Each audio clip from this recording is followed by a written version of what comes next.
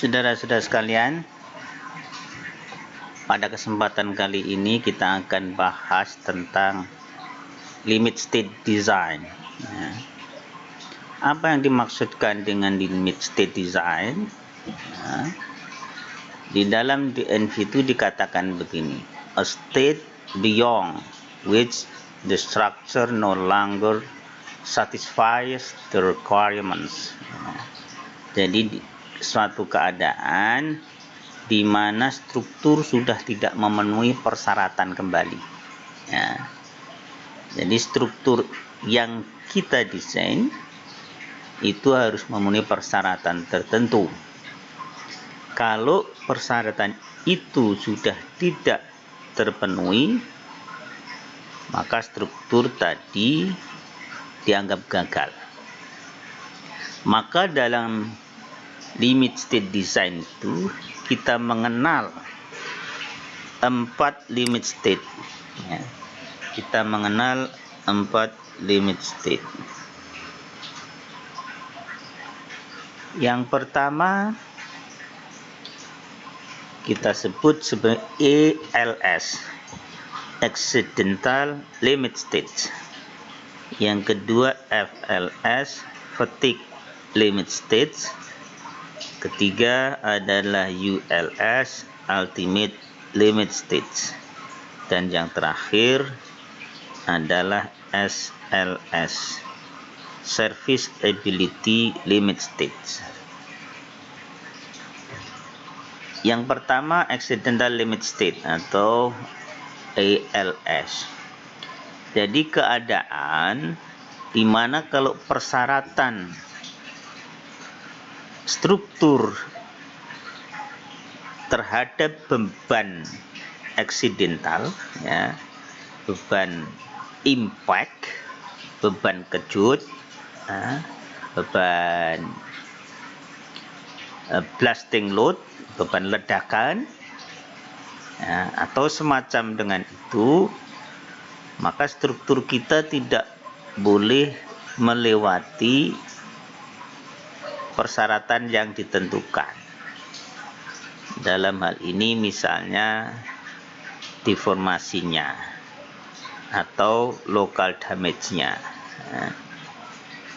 Kalau offshore structures, misalnya offshore platform kena tubrukan kapal misalnya, maka ketika kena tubrukan, platform kita akan mengalami deformasi, bisa deformasi global maupun lokal pada members. Deformasi yang diizinkan seberapa besar oleh coach akibat beban tubrukan kapal tadi. Ketika telah mau melampaui deformasi yang disyaratkan oleh code, maka tentu struktur tadi tidak bisa kita lanjutkan penggunaannya.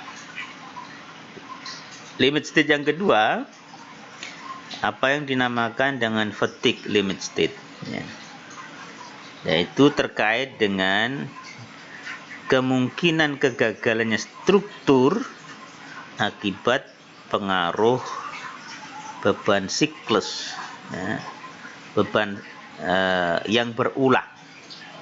Meskipun struktur kita itu terbebani beban yang kecil tapi berulang terus. Struktur kita bisa kita desain dengan persyaratan umur tertentu, dan pada limit state ini kita pernah belajar sudah di mata kuliah fracture mekanik dan fatigue analysis. Yang ketiga, saudara-saudara sekalian, itu adalah service ability limit state atau SLS. Pada SLS ini struktur kita desain pada kondisi normal, ya, pada keadaan normal, ya, atau keadaan yang layanan hariannya, ya. Nah, biasanya kita memang desain dalam kondisi SLS ini dengan tugas rancang kita itu berbasis kepada serviceability limit state. Nah, dalam TRB 2 itu kita juga selain SLS, kita analisa apa? Intake analisis atau in place analysis, ya, static in place analysis. Kemudian ada fatigue analysis. Nah, kemudian kita juga menganalisa beban gempa, seismic analysis. Jadi tiga pertama limit state ini kita lakukan, yaitu accidental limit state dengan beban gempa. Beban gempa kita bisa kategorikan sebagai ALS, accidental limit state. Kemudian fatigue limit state, kita hitung umur bangunan kita yang SLS, serviceability limit state. Kita desain struktur kita yang pertama tentu dengan static in place analysis. Nah, yang terakhir disebut ultimate limit state, ULS. Ini kita dalam tugas rancang dihitung karena ini terkait dengan beban maksimum yang bisa dilayani oleh struktur kita. Umumnya ultimate limit state ini itu kita gunakan ketika struktur kita ini yang pertama terjadi kerusakan. Kerusakan boleh karena alam, boleh karena tadi tubrukan, ya, karena alam mungkin karena korosi, ya begitu. Kemudian terjadi tubrukan sehingga deformasinya besar. Sementara kita ingin melanjutkan struktur kita untuk melayani proses pekerjaan di lepas pantai, maka struktur kita harus kita analisa ulang dengan pendekatan ultimate limit state.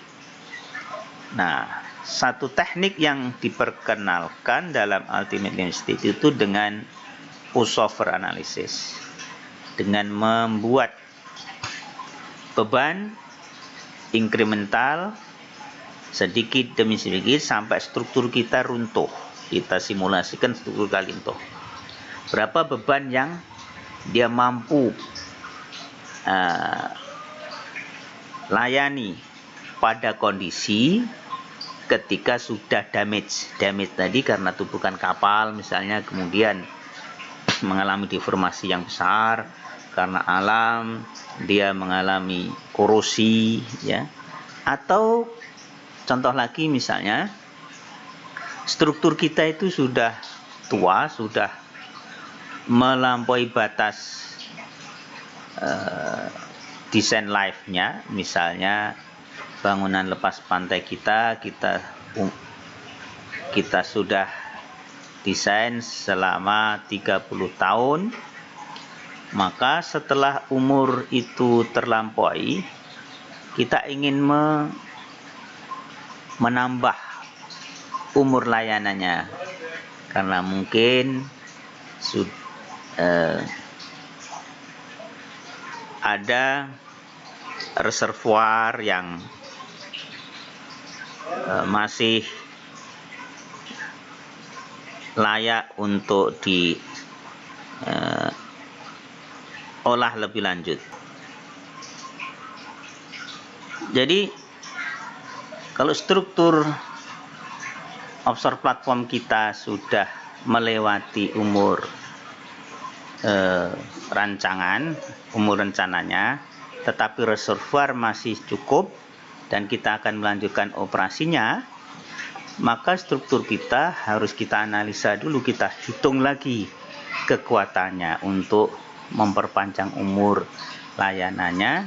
Nah, pendekatannya adalah pendekatan dengan ultimate limit state. Kita kasih beban incremental sampai dia runtuh. Seberapa besar itu? Atau kasus yang berikutnya, platform kita itu meskipun belum terlampaui umur layanan, tapi kita ingin naikkan kapasitasnya, sehingga kita perlu menambah, misalnya menambah separator misalnya, sehingga menambah beban di deck. Nah, ketika menambah beban, maka kita perlukan analisa kondisi ultimate-nya. Nah, begitu. Jadi kondisi ultimate ini ketika terjadi terjadi sesuatu yang memaksa kita mengetahui beban ultimate-nya. Demikian, saudara-saudara sekalian, pertemuan kita hari ini dengan topik dengan topik limit state design.